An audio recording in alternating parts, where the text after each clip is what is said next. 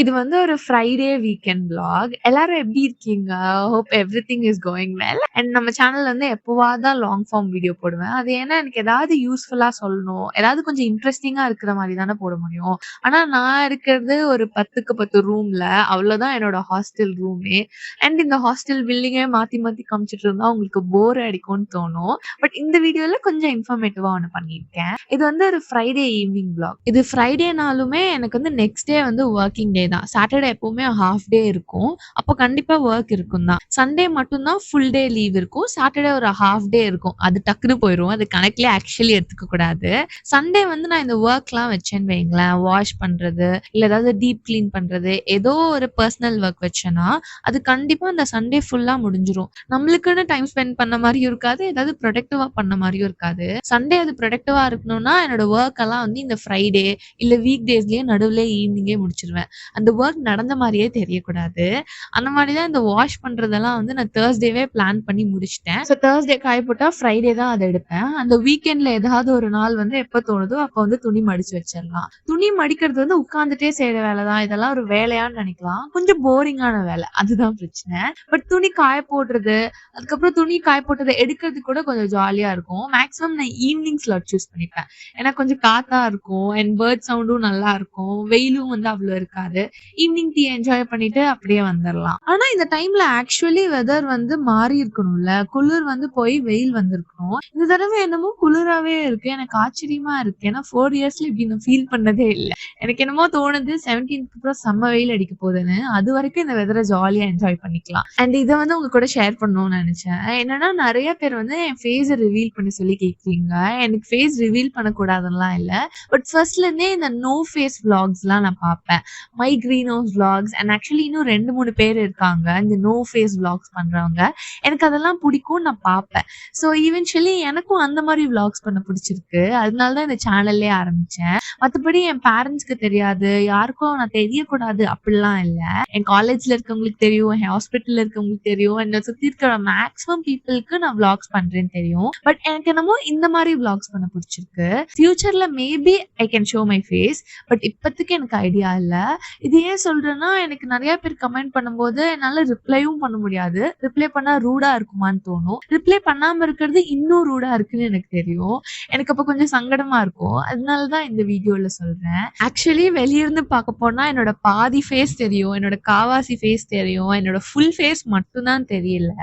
But அதுக்கே இவ்வளவு பேர் வந்து ஈகரா கேட்டு நான் பதில் சொல்லாம இருக்கிறது எனக்கு கஷ்டமா இருக்கும். நான் நினைக்கிறேன் நிறைய பேர் இந்த வீடியோ பார்க்கும்போது ஒண்ணு ப்ரீ பொங்கலா இருக்கும், இல்ல பொங்கல் நடந்துட்டு இருக்கும், இல்ல போஸ்ட் பொங்கலா இருக்கும். எதுவா இருந்தாலும் wish you all a happy Pongal. Pongal திருநாள் நல்வாழ்த்துக்கள்.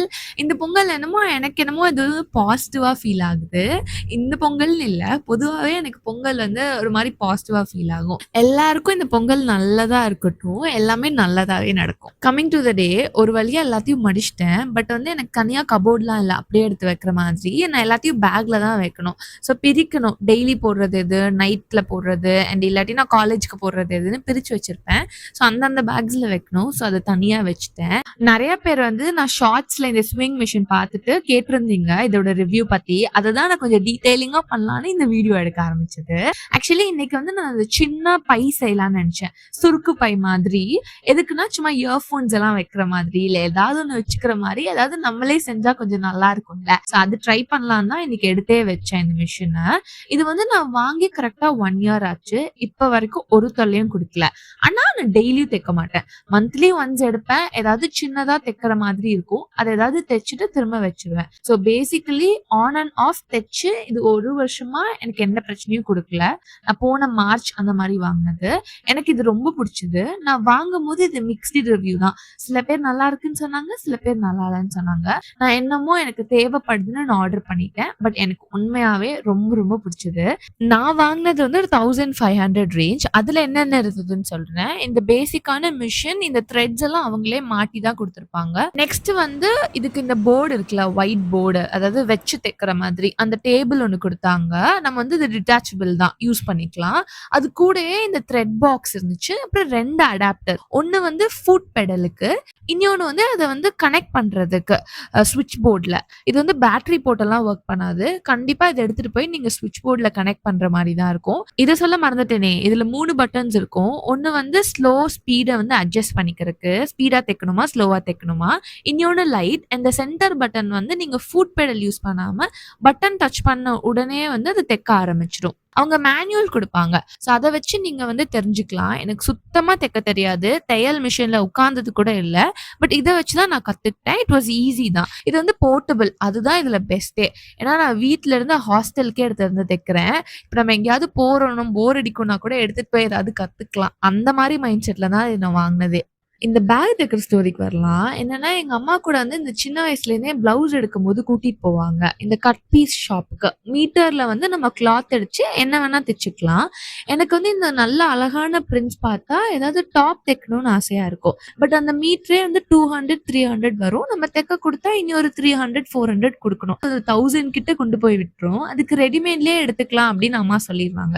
ஸோ எனக்கு வந்து நானே தச்சுக்கணும்னு ஆசை. ஸோ நம்மளுக்கு புடிச்ச கிளாத் எடுத்து நம்மளுக்கு புடிச்ச மாரி தச்சுக்கலான்னு. அதுக்காக தான் ஆசைப்பட்டு இந்த மிஷினே வாங்கினேன். பட் அதெல்லாம் கொஞ்சம் ப்ரொசீஜர் கத்துக்கணும் நீட்டா. அதனால இன்னைக்கு பேக் தச்சுக்கலான்னு என் ஃப்ரெண்டு கிட்ட இருந்து கிளாத் கேட்டிருந்தேன். ஏதாவது வீட்ல இருந்தா குடுன்னு. ஏன்னா ஹாஸ்டல்ல அவைலபிள் இல்ல. அவ வந்து எனக்கு இந்த டாப் குடுத்தா. அதுலருந்து பட்டன்ஸ் எல்லாம் ஃபர்ஸ்ட் எடுத்துட்டேன்.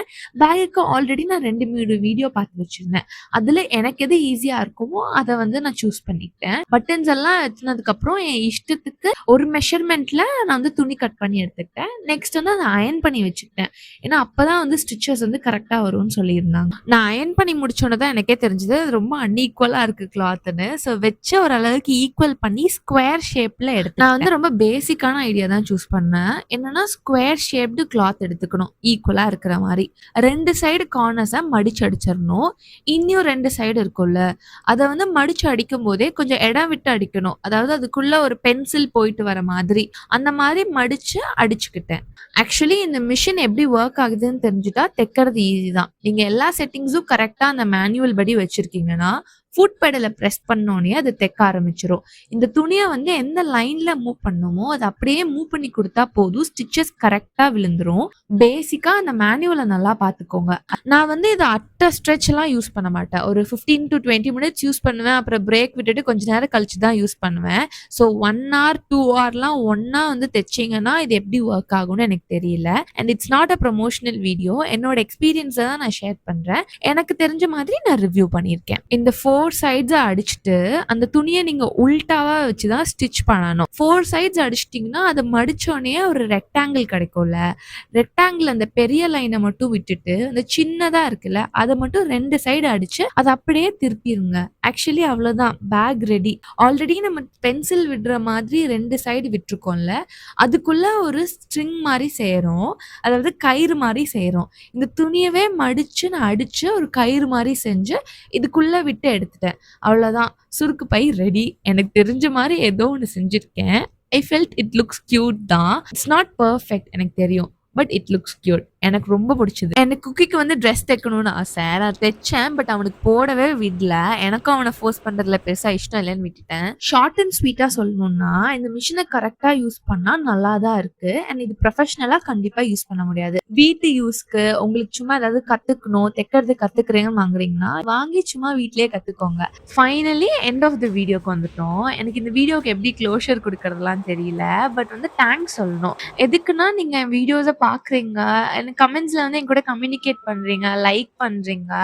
அதெல்லாம் வந்து எனக்கு ரொம்ப ரொம்ப பெரிய விஷயம். And thank you for being a part of Jasa diaries. And உங்களுக்கு என்ன பிடிச்சிருந்துச்சுன்னா டு லைக் அண்ட் சப்ஸ்கிரைப். என்னோட மற்ற vlogsம் செக் பண்ணி பாருங்க. Bye bye.